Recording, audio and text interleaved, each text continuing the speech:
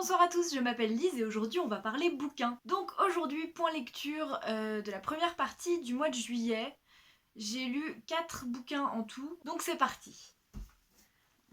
Pour commencer, j'ai lu le tome 2 des Outrepasseurs de Cindy Van Wilder, édité chez Gulfstream. Donc voilà, je suis assez contente de l'avoir lu parce que c'était quand même un des objectifs de l'été, on va dire, d'avancer là-dessus, voire de finir au moins les 3 premiers bouquins.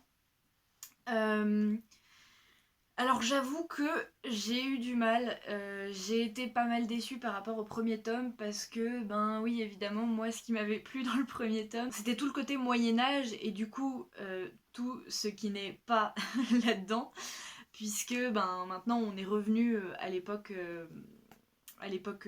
réelle, on va dire, de l'histoire. Et j'ai eu du mal à m'y accrocher parce que c'était... En fait, j'ai trouvé ça très étrange. Parce que pour moi, il manquait quelque chose entre le 1 et le 2. Parce que j'ai l'impression... Dans le 2, j'ai l'impression qu'on nous jette comme ça. On arrive en fait un an plus tard, je crois. Donc il y a plein de choses qui se sont mises en place. Peter a déjà plein de...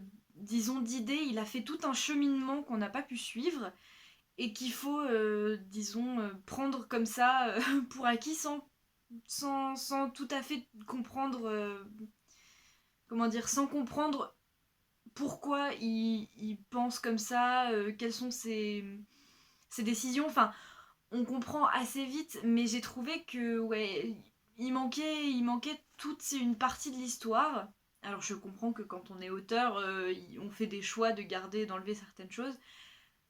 Mais pour moi, ouais, j'aurais préféré avoir toute cette partie pour pouvoir avoir l'évolution de Peter en fait au sein des Outrepasseurs et pourquoi, ça va être compliqué sans spoiler, mais pourquoi il nourrit ses sentiments à l'égard des Outrepasseurs, pourquoi il prend les décisions qu'il a finalement prises, même si forcément on nous l'explique, mais on n'a pas eu le cheminement de pensée en même temps que Peter et ça m'a manqué.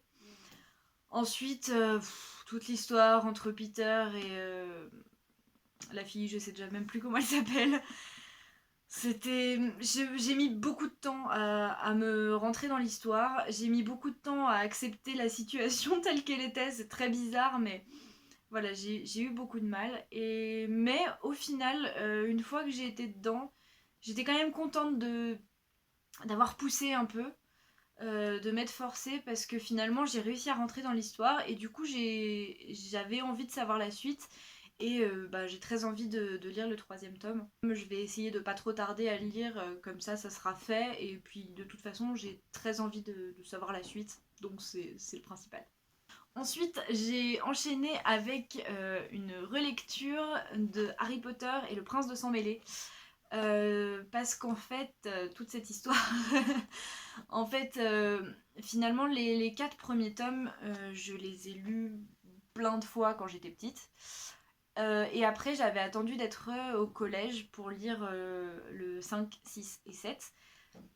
Et du coup, ben, je ne les avais pas. Et il y a quelques années, j'avais voulu faire une relecture de tout Harry Potter.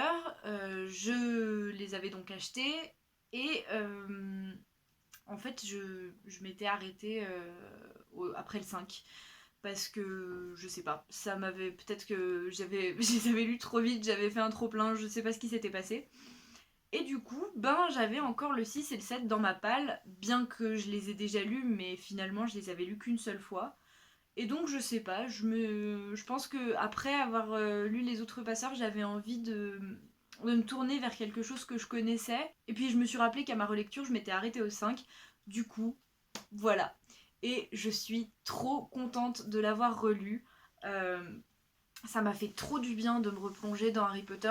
Parce que finalement, ça faisait quand même longtemps que je l'avais lu, le 6. Et j'étais trop contente de retrouver certains détails qui m'avaient échappé, certaines choses dont je me rappelais plus, ou dont je me rappelais, mais moi, les Harry Potter, c'est un peu compliqué, parce que comme j'ai tendance à tout mélanger, quand je regarde les films, je me dis, mais attends, c'est pas possible, il n'y avait pas cette scène, alors que c'était une scène qui n'existait que dans ma tête et dans le livre. Donc voilà, ça m'a fait du bien de le relire. En plus, même si j'ai plus de tendresse pour les 3 voire 4 premiers, j'aime énormément le 6. Je sais pas pourquoi. Je sais pas du tout pourquoi.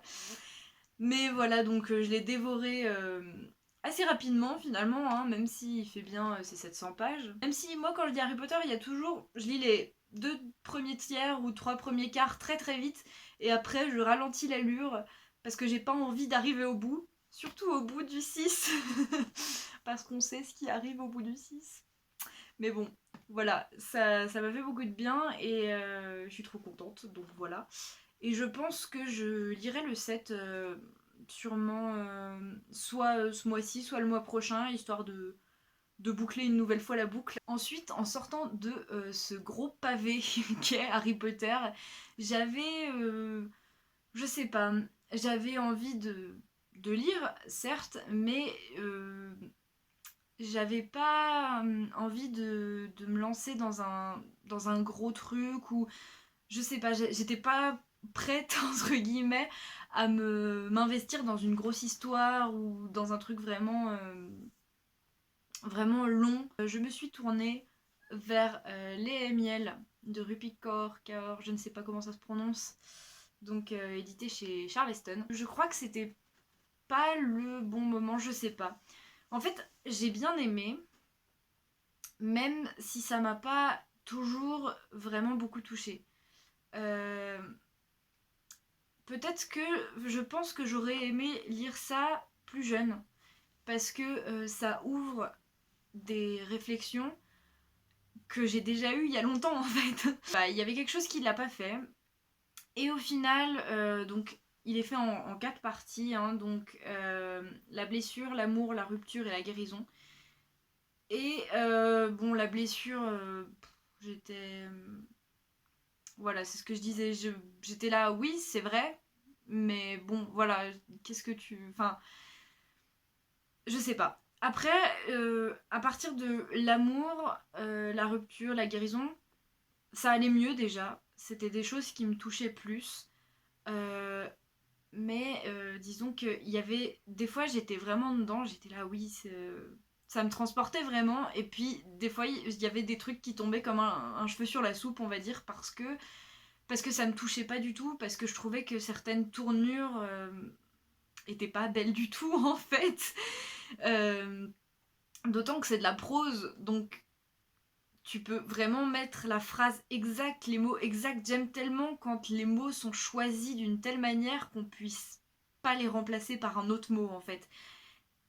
Et je retrouvais pas ça ici. Il y a des sujets qui m'ont pas touché du tout, du tout. Après, je vais pas rentrer dans les détails parce que c'est assez personnel, mais voilà, c'est... Mais, enfin, j'ai pas envie de faire une mauvaise pub pour la miel parce que c'est vraiment très bien en fait. C'est juste qu'avec moi, ça l'a pas fait. Je pense que j'aurais dû... Si j'avais pu lire ça il y a quelques années, ça l'aurait peut-être plus fait. Et encore, je sais qu'il y a des trucs qui l'auraient pas fait quand même. Mais après, c'est vraiment très personnel. Mais par contre, je pense qu'il faut le lire quand même. Je le conseille à toutes les personnes qui sont considérées ou ont été considérées en tant que femmes à un moment de leur vie. Voilà, c'est tout ce que je peux dire. Je pense que c'est quand même quelque chose à lire. Même si ça m'a pas transcendé, quoi, je pense que c'est quand même des messages importants. Et voilà, je pense qu'il y a beaucoup de personnes à qui ça parlera beaucoup plus qu'à moi. Même si ça... Faut pas croire, il y a des choses qui m'ont vraiment beaucoup parlé, quoi. Mais bon, je saurais pas tellement quoi dire d'autre. Je pense que c'est tout, voilà. C'est pas parce que ça ne l'a pas fait avec moi que ça ne le fera pas avec vous. Donc, rien que par la curiosité, je pense qu'il faudrait quand même le lire. Et on arrive enfin au dernier livre que j'ai lu. Encore une fois, c'est quelque chose que j'ai lu en une après-midi parce que je pense que j'étais pas pareil, j'avais pas envie de me lancer dans un gros truc. J'ai donc lu Smith et Wesson de Alessandro Bariccio, édité chez Gallimard. C'est une petite pièce de théâtre qui traînait dans ma palle depuis un an, un peu plus, je pense. Et sincèrement, je crois que j'avais acheté ce bouquin uniquement pour l'auteur, parce que j'avais déjà lu Soi de Alessandro Baricchio. Je ne sais pas si ça se prononce vraiment comme ça, mais on va continuer comme ça. Donc Soi, qui est un petit roman qui n'est pas du tout une pièce de théâtre, mais et d'ailleurs quand j'ai acheté ce bouquin, je crois que je n'avais même pas remarqué que c'était du théâtre. Vraiment, je me rappelle plus vraiment, mais il me semble que oui, j'ai découvert que c'était une pièce de théâtre en le sortant de ma palle l'autre jour. Donc c'est assez rigolo. Et ça m'a fait grave du bien parce que parce que j'avais pas lu de théâtre peut-être depuis le collège. J'avais lu du théâtre en cours, quoi. Ou alors quand je faisais du théâtre. Mais ça faisait très très longtemps que j'avais pas lu du théâtre juste pour le lire. Et Dieu sait que j'adore le théâtre. Mais voilà, ça faisait longtemps que j'en avais pas lu. Et j'étais trop contente de tomber là-dessus. Parce que je m'attendais pas spécialement à ça. En fait, je me rappelais plus du tout de ce qui se passait là-dedans. Et c'était trop trop bien. Peut-être carrément un coup de cœur, ouais. Année 1902. Tom Smith et Jerry Wesson se rencontrent au pied des chutes du Niagara. L'un passe son temps à rédiger des statistiques météorologiques, l'autre à repêcher les corps engloutis par les rapides.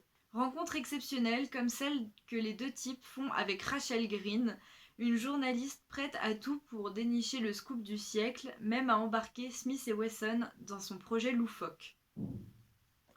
Je vais pas vous en dire plus. Le résumé continue, mais je pense que c'est mieux si on sait pas ce qui va encore se passer. C'est mon avis. Après, de toute façon, si vous voulez en savoir plus, je vous laisserai un résumé en description de chaque livre que je vous ai présenté. Donc oui, Smith et Wesson, aucun rapport avec les armes, hein, je pense que vous l'aurez compris. Et c'était... voilà, je saurais pas dire plus. J'ai vraiment beaucoup aimé. Je sais pas, ça, même si il y a certains sujets qui sont quand même assez lourds, ça, ça m'a donné un coup de frais. Voilà, je pense que j'avais besoin de lire quelque chose comme ça et j'ai été super contente de trouver ça dans ma bibliothèque. Donc voilà, si vous aimez lire du théâtre ou même si vous n'en avez jamais lu, c'est super accessible de toute façon et je pense que c'est susceptible de plaire à beaucoup de gens. C'est très drôle. Les personnages sont tous les trois mais vraiment géniaux. Parce que c'est tous des personnes qui n'attendent plus rien de la vie, justement, qui sont un peu paumés dans leur vie, quoi, et qui sont un peu largués à plusieurs niveaux différents, qui vont s'allier dans un projet de taré, et tu vois qu'ils ont plus rien à perdre, quoi. Et qui sont tous un peu barjots à leur manière. Et j'ai beaucoup aimé, les personnages sont trop bien. Ça m'a un peu perturbée au début que Rachel s'appelle Rachel Green. Rachel Green, ils pouvaient pas l'appeler autrement que Rachel Green. Parce que vraiment, quand tu regardes Friends, c'est très perturbant. Mais bon, voilà.